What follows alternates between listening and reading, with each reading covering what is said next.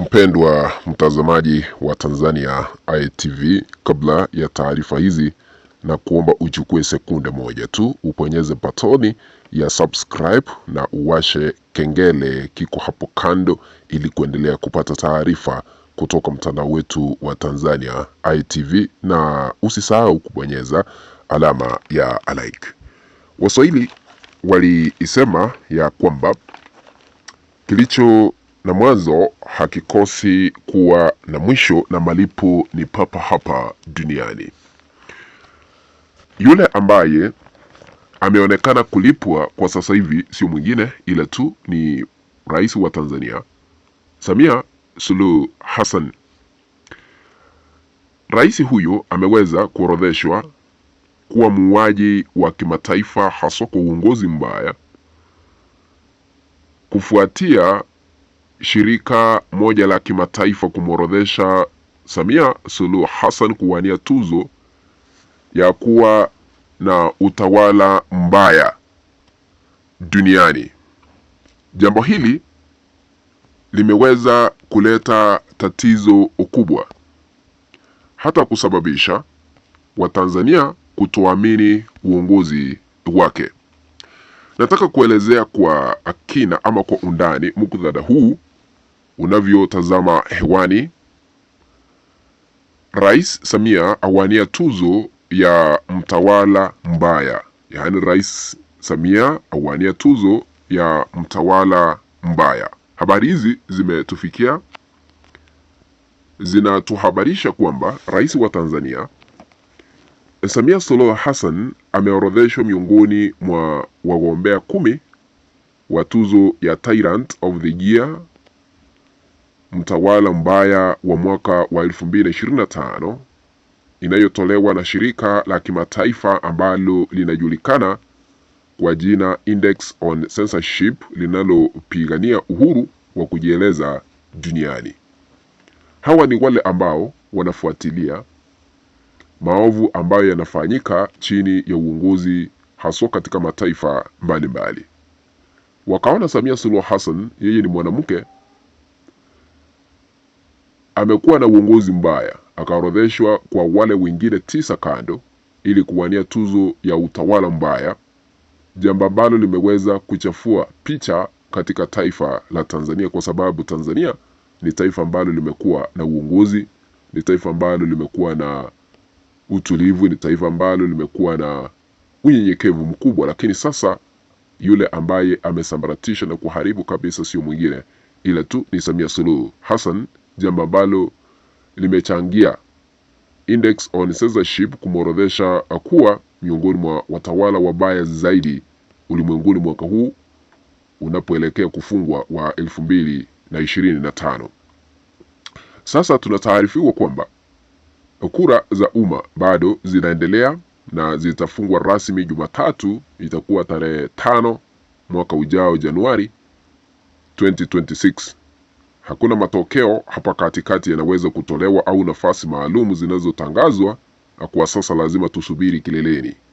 Waombea wote wameorodheshwa kwa mpangilio wa alfabeti kulingana na nchi, na mshindi atatangazwa mapema Januari mwaka ujao. Ikumbuke kwamba tumebakisha siku 3 ili tukaweze kuvuka mwaka huu ambao tutashuhudia nani atakuwa mshindi mkubwa baada ya kupiga kura nyingi zaidi. Na ikumbuke kura zitapiwa kwa sababu Samia Suluhu Hassan ni mwanamke wa kwanza kuorodheshwa hapo, na ni yeye peke yake yuko hapo, na kuna baadhi ya viongozi wengine kutoka mataifa mbalimbali 9 ambao sasa kura zimeanza kupigwa nani ni mtawala mbaya zaidi katika mwaka huu 2025. Nitakueleza ni akina nani anaenda kushindana nao.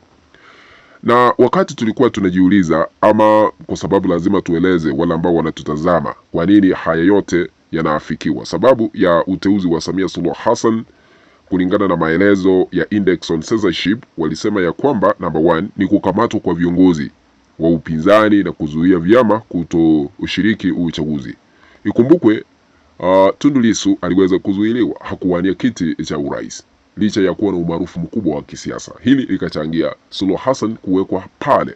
Kulikuwa na kiongozi mwingine anaitwa Mpina wa ACT Wazalendo, naye aliweza kuzuiliwa na Rais Suluhu kuwania kiti cha urais. Sasa hiyo ilichangia Suluhu Hassan kuorodheshwa kuwa miongoni mwa wale ambao ni watawala wabaya zaidi ulimwenguni. Namba 2 wakasema ya kwamba kukandamiza maandamano makubwa baada ya uchaguzi wa Oktoba 2025 ambapo alishinda kwa asilimia karibu 98. Matokeo yalipingwa na upinzani. Ikumbukwe wakati haya yote ukandamizaji uliweza kushuhudiwa nchini Tanzania. Watu wakiandamana wanapigwa risasi, watu wakiandamana wanafuatiliwa, watu wakiandamana wanakamatwa, watu wakiandamana wanatekwa nyara, watu wakiandamana wanauliwa. Sasa hii iliweza kuchangia Samia Suluhu Hassan kuorodheshwa kuwa miongoni mwa wale ambao watawania tuzo ya kuwa na mtawala mbaya zaidi ulimwenguni. Na waliweza kusisitiza na kusema kwamba kukomesha mtandao, internet blackouts wakati wa maandamano na mauaji haya yaliweza kuchangia.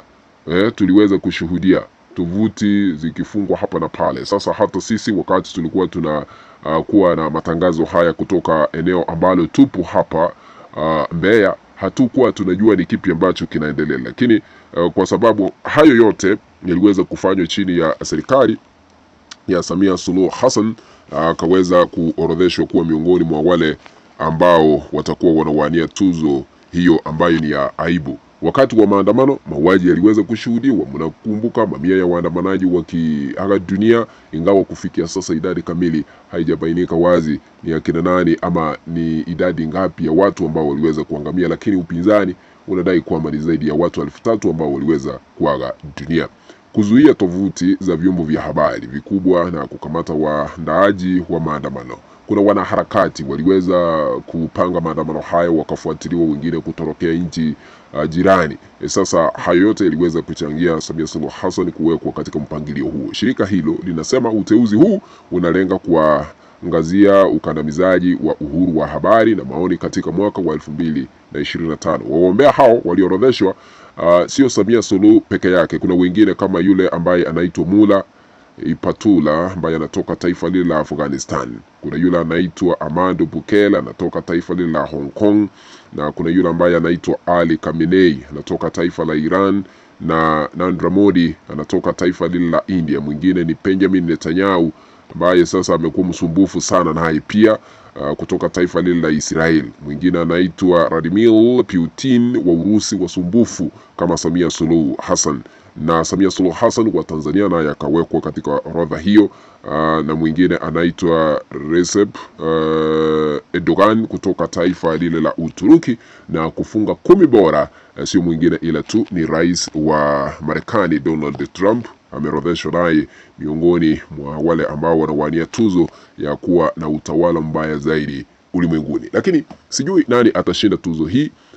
Sijui kama Watanzania watapiga kura kumworodhesha wa kwanza Samia Suluhu Hassan apambana na wanaume ambao ni 9 wako kando yake kushinda tuzo hii ya kuwa na unyama mkubwa, kuwa na utawala mbaya, kuwa na mazingaombwe, kwa sababu watu walikufa, damu ikamwagika kwa sababu ya uchaguzi ambao unafanyika kwa siku moja tu, na baada ya miaka 5 unaondoka afisini. Sijui nani atashinda, lakini hiyo ndio habari ambayo imetufikia katika kituo hichi ambacho kinatoa series zote, na ninasema asante kwa kuendelea kutufuatilia kila wakati tunaleta masuala mbalimbali yale ambayo yanaendelea hapa na pale katika mtandao wetu wa Tanzania Eye TV. Kabla ya kutamatisha na kuomba tu uchukue sekunde moja tu uponyeze patoni ya subscribe na uwashe kengele